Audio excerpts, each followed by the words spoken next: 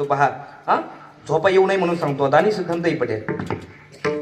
नैमित्तिक मोठेपण कशाला म्हणायचं आणि संसिद्धिक मोठेपण कशाला म्हणायचं? कल्पना करा, कल्पना करा बरं, कल्पना करा. एक बाई बाजाराला निघाली. कुठे निघाली? कुठे तुमचा बाजार? हा, बोलटनला. बाजाराला तिला काही पातेली खरेदी करायची होती, काही भांडी खरेदी करायची होती. तिने अशी बॅग घेतली आणि ती बाजाराला निघाली. बाजारामध्ये गेली, भांड्याच्या दुकानात गेली.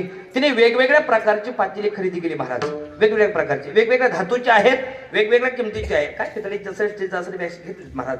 काहींची 150 किंमत आहे, 200 किंमत आहे, 50, 100 किंमत आहे. अशा वेगवेगळ्या धातूची आणि वेगवेगळ्या किमतीची त्या बाईने पातेली खरेदी केली, बाजारच्या पिशवीमध्ये टाकली आणि बाई आता घरी निघाली. घरी येण्याकरता निघाली. पण घरी येत असताना वाटातच तिला एका कुंभार दादाचं घर लागलं, म्हणजे दुकान लागलं. त्या बाईने विचारलं, दादा तुमच्याकडे काय काय आहे? बाईने त्या दादाने सांगितलं, ताई आमच्याकडे मोठमोठे रांजण आहे, मोठमोठे डेरे आहेत, छोटे छोटे मडके आहेत. त्या बाईने विचारलं, दादा मडकेची किंमत काय? मडक्याची किंमत काय? त्यांनी सांगितलं, ताई मडक्याची किंमत 2 रुपये आहे. किती आहे? 200 रुपयाची पातेली ज्या त्या बाजारच्या पिशवीमध्ये टाकली होती, प्लस हे 2 रुपयाचं मडकं घेतलं आणि बाजारच्या पिशवीमध्ये टाकलं. बाई घरी आली. घरी आल्यानंतर वेगवेगळ्या पातेल्यामध्ये वेगवेगळं सामान भरलं. काय साखर, चहा पत्ती, दूध काय भरायचं ते भरलं. त्याशी आपल्याला घेणं नाही. राहिलं काय? काय राहिलं खाली? मडकं. किंमत किती त्याची? 2 रुपये. ती बाई विचार करते, या 2 रुपयाच्या मडक्यात काय ठेवावं? या 2 रुपयाच्या मडक्यात काय ठेवावं? काळ पूर्वीचा आहे. हा, पण घरामध्ये भरपूर घरी गाई म्हशी होत्या, दूध होतं, दही होतं. म्हणून ती बाई त्या मडक्यामध्ये दही ठेवते. पूर्वीचा काळ काय ठेवते? दही. दह्याचं मडकं खाली ठेवून जमेल का? पूर्वी कुठं ठेवलं जायचं? शिंक्यावर ठेवलं जायचं. ऐका बरं का, शिंक्यावर ठेवलं जायचं. हे 2 रुपयाचं दह्याचं मडकं त्या बाईने शिंक्यावर ठेवलं.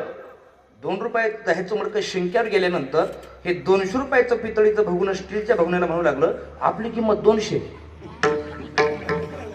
आपली किंमत किती? 200. आपण खाली आणि 2 रुपयाचं आपल्यावर. ते वरचं मडकं फुगायला लागलं. फुगतात महाराज.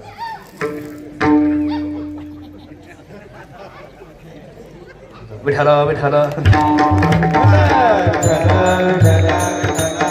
2-4-6 महिन्याचा काळ गेला. काही म्हशी आटल्या. ऐका ऐका, माझ्या लक्ष द्या. माझ्यापेक्षा कुत्र्याचं चांगला अर्थ आहे समजा. गाई म्हशी आटल्या. दुधाचं दही, दूध नाही, दह्याचा प्रश्नच नाही. ती बाई विचार करते, दहीच नाही, मडकं वर ठेवून काय उपयोग आहे? ती वरचं मडकं उचलते आणि खाली ठेवते. ऐका महाराज, तिने गोड भाजी केली, काळी मसाल्याची भाजी केली, गोड, तिला आवडणारी भाजी. आणि ज्या मडक्यामध्ये 6 महिने दही ठेवलं, दूध दही ठेवलेलं होतं, त्या मडक्यामध्ये त्या बाईने ती भाजी ठेवली. दुपारच्या जेवणाकरता ठेवलेली भाजी. दुपारी त्या बाईने त्या मडक्यातली भाजी पाहिली. तिच्या लक्षात आलं, भाजी कशी झालीये? खराब झाली आहे. मला खरं सांगा, ज्या मडक्यामध्ये 6 महिने दही ठेवलेलं होतं, दह्याच्या मडक्यामध्ये भाजी ठेवल्यानंतर का ती का चांगली राहणार आहे का? खराब झाली. बाईला राग आला. एवढी चांगली केलेली भाजी या 2 रुपयाच्या मडक्याने नसवली. रागाच्या भरात बाईने मडकं उचललं, घराच्या बाहेर फेकलं. दृष्टांत संपला माझा. आता सिद्धांताकडे या. खरं सांगा, मडकं का मडक्यात दही आहे तोपर्यंत मडका कुठे आहे? कुठे आहे? जोपर्यंत मडक्यात दही आहे तोपर्यंत कुठे आहे?